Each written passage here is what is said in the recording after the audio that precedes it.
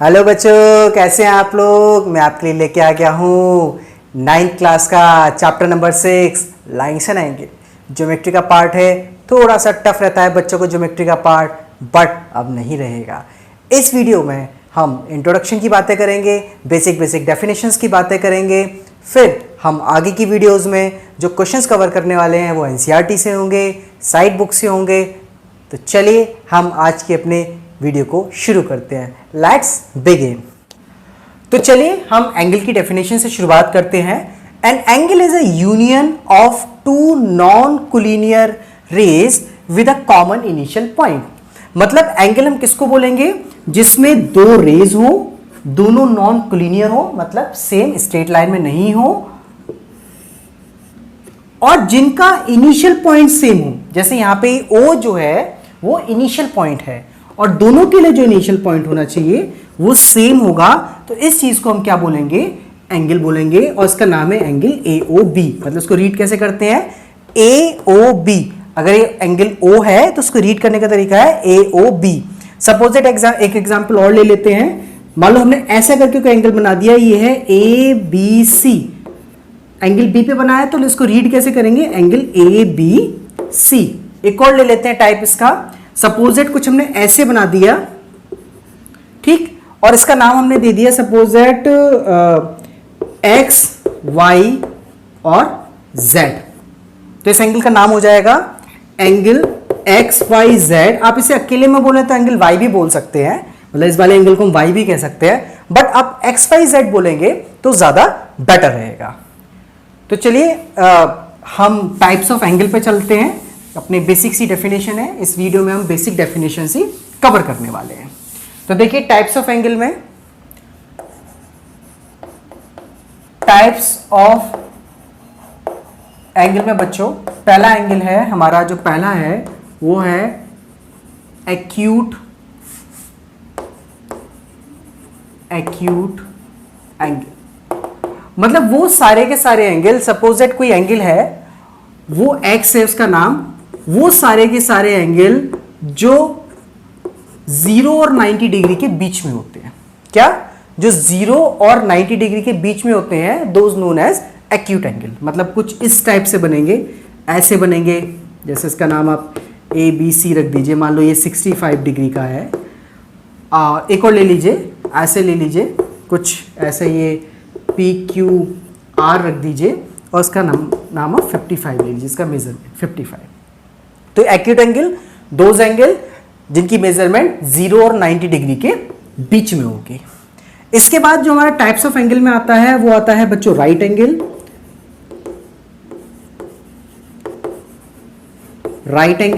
Right angle में जो measurement होती है वो एग्जैक्टली 90 डिग्री के बराबर होती है। मतलब यहां पे हम जो एंगल ले रहे हैं वो x ले लिया हमने, XYZ कोई भी, तो वो 90 डिग्री के बराबर होना चाहिए। If angle is equals to 90 degree तो उसका जो नाम होगा वो क्या होगा, राइट एंगल होगा।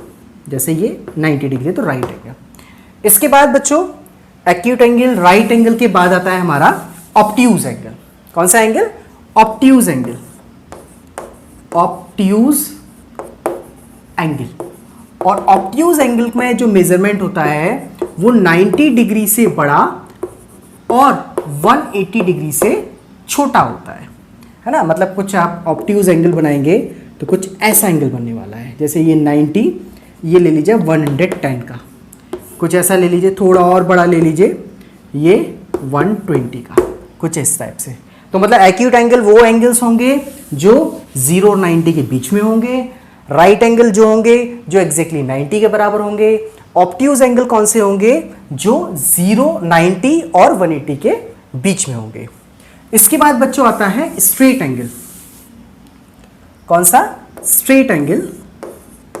स्ट्रेट एंगल, देखिए स्ट्रेट एंगल में जो मेजरमेंट होती है वो किसी भी एंगल की 180 डिग्री होनी चाहिए। अगर उसकी मेजरमेंट 180 डिग्री है तो वो जो एंगल बनेगा वो स्ट्रेट एंगल बनेगा। और स्ट्रेट एंगल मतलब एक स्ट्रेट रेज, मतलब यहां से स्टार्ट होंगी, सपोज दैट O है और ऐसे करके कोई एंगल बनेगा, इसको हम क्या बोलेंगे, स्ट्रेट एंगल। इसके बाद आता है हमारा रिफ्लेक्स एंगल। और रिफ्लेक्स एंगल बच्चों होता है हमारा 180 और 360 के बीच में। जैसे मान लो ये एंगल है और ये हम ले लेते हैं 240 डिग्री, तो मतलब जो एंगल हमारे 180 और 360 के बीच में होते हैं those known as reflex angle. और इसके बाद आता है हमारा कंप्लीट एंगल। क्या आता है बच्चों?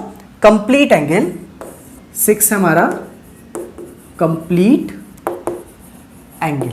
कंप्लीट एंगल एग्जैक्टली 360 डिग्री के बराबर होता है। कुछ टीचर्स उसको एज अ पॉइंट बना के छोड़ देते हैं, कुछ टीचर्स एज पॉइंट बना के एक सर्कल बना देते हैं। तो सर्कल वाला मुझे ज्यादा बेटर लगता है, बाकी आपकी अपनी मंशा है, आप जैसे करना चाहें। ठीक है, तो मतलब हमने टाइप्स ऑफ एंगल में जो सबसे पहले पढ़ा वो हमने एक्यूट एंगल पढ़ा, दूसरा हमने राइट एंगल पढ़ा, तीसरा हमने ऑब्ट्यूज एंगल पढ़ा, चौथा हमने स्ट्रेट एंगल पढ़ा, पांचवा रिफ्लेक्स एंगल पढ़ा, और जो छठा पढ़ा वो हमने कंप्लीट एंगल पढ़ा। तो कुछ और टाइप्स ऑफ एंगल देख लेते हैं जिसमें जनरली हम पेयरिंग का डिस्कशन करते हैं। इसमें बड़ा फेमस है कॉम्प्लीमेंट्री एंगल। देखिए कॉम्प्लीमेंट्री एंगल्स क्या होते हैं? एंगल्स बोलिए, एंगल नहीं होता, कॉम्प्लीमेंट्री एंगल्स बोलिए, in which the sum of two angles is equal to 90 degree. क्या? In which the sum of two angle is 90 degree, known as complementary angles. जैसे सपोज इट हमने एंगल ए और angle B ले लिया, और angle A plus B इन दोनों का सम 90 डिग्री होना चाहिए। फॉर एग्जाम्पल आप ले लीजिए, जैसे हमारा एंगल ए है 20 डिग्री, तो एंगल बी क्या होना चाहिए? एंगल बी 90 माइनस 20 यानी कि कितना? 70 डिग्री होना चाहिए। एग्जाम्पल के लिए ले लीजिए आप, एंगल बी ले लीजिए इस बार 60 डिग्री, तो एंगल ए कितना होना चाहिए? 90 माइनस 60 डिग्री 30 डिग्री। मतलब कॉम्प्लीमेंट्री, अगर मुझे 10 का कॉम्प्लीमेंट्री निकालना है तो मैं उसे 90 से सब्ट्रैक्ट कर दूंगा। मुझे 15 का कॉम्प्लीमेंट्री निकालना है तो मैं उसे 90 से सब्ट्रैक्ट कर दूंगा। ऐसे ही होते हैं सप्लीमेंट्री एंगल्स बच्चों। तो अपने नेक्स्ट टाइप पे हम आगे बढ़ जाते हैं, supplementary angles.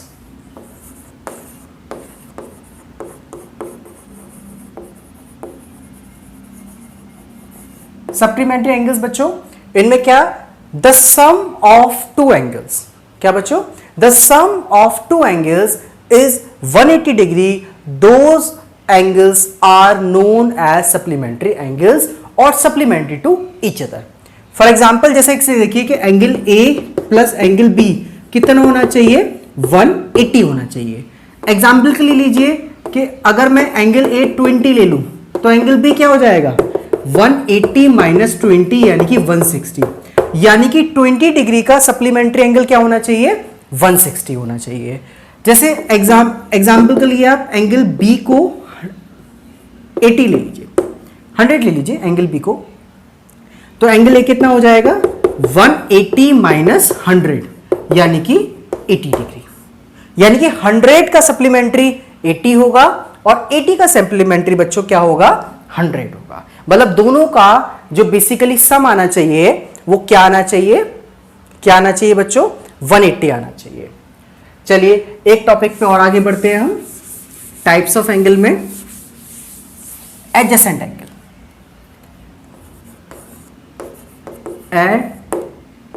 Adjacent angles. Adjacent angle बच्चों क्या होते हैं समझिए जरा। सपोज दैट ये कोई एंगल है, मान लो angle A B C angle है ये, this is angle A B C, और इसको एक बीडी रे कट कर रही है, इक्वली कट कर रही है। इसका मतलब पता नहीं है कि मतलब ऐसा नहीं कि अगर ये 60 है तो ये 30-30 होगा, ऐसा कोई कंसेप्ट नहीं है।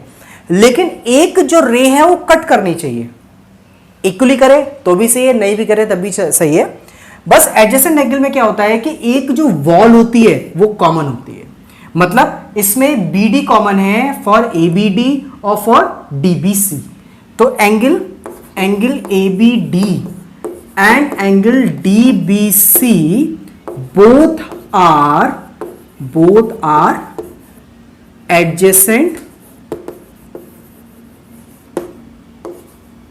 adjacent to each other।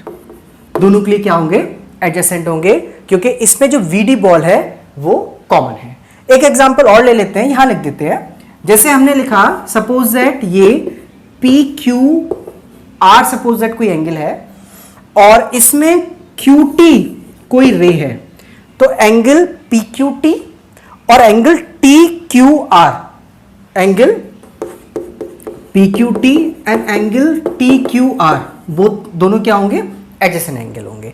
आप ऐसे भी लिख सकते हैं कि angle P Q T and angle R Q T, दोनों एक ही बात है, आर क्यू टी, ये दोनों एक दूसरे के एडजेसेंट होंगे। देखिए एंगल में होता क्या है, आप एंगल की अगर नेमिंग कर रहे हैं तो आप कहीं से भी कर सकते हैं, कोई फर्क नहीं पड़ता, बट जो एंगल है बेसिकली वो मिड में आना चाहिए। जैसे आप लीजिए ये ए है, ये बी है, ये सी है, इस एंगल का नाम, अगर हम इस एंगल की बात कर रहे हैं तो एंगल ए बी सी भी बोल सकते हैं और इसी को हम एंगल सी ए बी भी बोल सकते हैं। ये दोनों की दोनों बात सेम होंगी, याद रखना है, ये दोनों की दोनों बात बच्चों सेम होंगी। चलिए हम इसी के एक और नेक्स्ट टॉपिक पे आगे बढ़ जाते हैं, एडजेसेंट एंगल के बाद लीनियर पेयर एंगल्स पे। अब लीनियर पेयर एंगल क्या होते हैं जरा समझ लेते हैं। लीनियर पेयर एंगल्स, देखिए लीनियर पेयर एंगल्स क्या होते हैं बच्चों? Linear pair angle adjacent angles होते हैं, बट उनमें एंगल्स में जो सम होता है वो 180 डिग्री होता है। जैसे यहां ले लीजिए आप ए बी, ये सी और ये D, angle A B C and angle C B D both are adjacent because of B C is common to both for both angle, but A B D is a straight line. अब पुराने वाले में क्या था, वो straight line नहीं थी, अगर उसमें स्ट्रेट लाइन हो जाती है वो लीनियर पेयर हो जाते हैं। तो उसका मतलब क्या है कि जो लीनियर पेयर एंगल्स होते हैं वो एडजेसेंट एंगल होते हैं। क्या? जो लीनियर पेयर एंगल्स होते हैं वो एडजेसेंट एंगल भी होते हैं, बट उसमें एक ही चीज का डिफरेंस होता है कि उनका जो सम होता है वो क्या होना चाहिए? 180 होना चाहिए। मतलब adjacent angle A B C और प्लस सी बी डी का जो सम होगा बच्चों वो कितना होगा? 180 डिग्री होगा। ठीक है, चलिए एक एग्जांपल और ले लेते हैं। अब जैसे सपोज दैट, एग्जांपल में देख लेते हैं, सपोज दैट यहां कोई हमने एंगल लिया और ये कोई एंगल है जो 60 डिग्री है। ठीक है, तो ये कितना होगा? अब ये इसका लीनियर पेयर है तो इन दोनों का सम कितना होना चाहिए? 180 डिग्री होना चाहिए। कितना होना चाहिए? 180 डिग्री होना चाहिए। तो ये कितना हो गया? 120। अच्छा, ये लीनियर पेयर एंगल्स बच्चों आपस में अगर दो एंगल हैं, ये दो एंगल हैं, तो ये सप्लीमेंट्री भी हो सकते हैं। देखिए सप्लीमेंट्री के लिए जरूरी नहीं है कि आप एक ही स्ट्रेट लाइन में बनाएं, दो अलग अलग डिफरेंट एंगल बनाएं। मतलब आप यहां पे 60 डिग्री का बना दें और यहां पे आप 120 डिग्री का बना दें, तो ये दोनों के दोनों सप्लीमेंट्री होंगे। समझ रहे मेरी बात? लीनियर पेयर में क्या होता है कि एक वॉल उनमें कॉमन होनी चाहिए। क्या होनी चाहिए? कॉमन होनी चाहिए।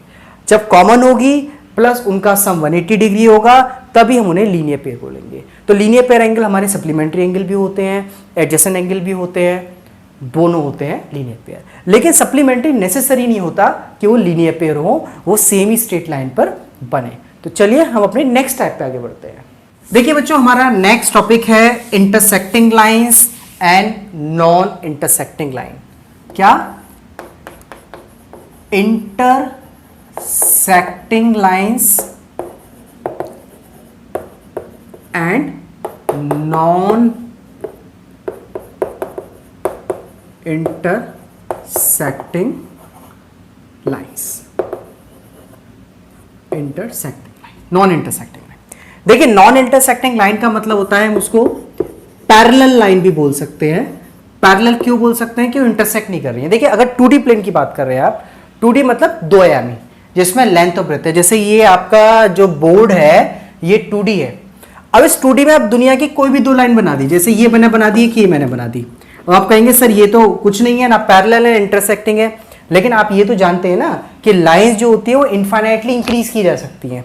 तो कुछ इसमें भी होगा ऐसा कि इसमें जो लाइंस है हम उनको इनफाइनाइटली इंक्रीज कर सकते हैं। जब इन लाइंस को इंक्रीज करेंगे, जैसे इस लाइन को हम आगे बढ़ाएंगे तो इंटरसेक्ट कर गई। इंटरसेक्ट करने का मतलब होता है कि वो एक पॉइंट पर मीट करे।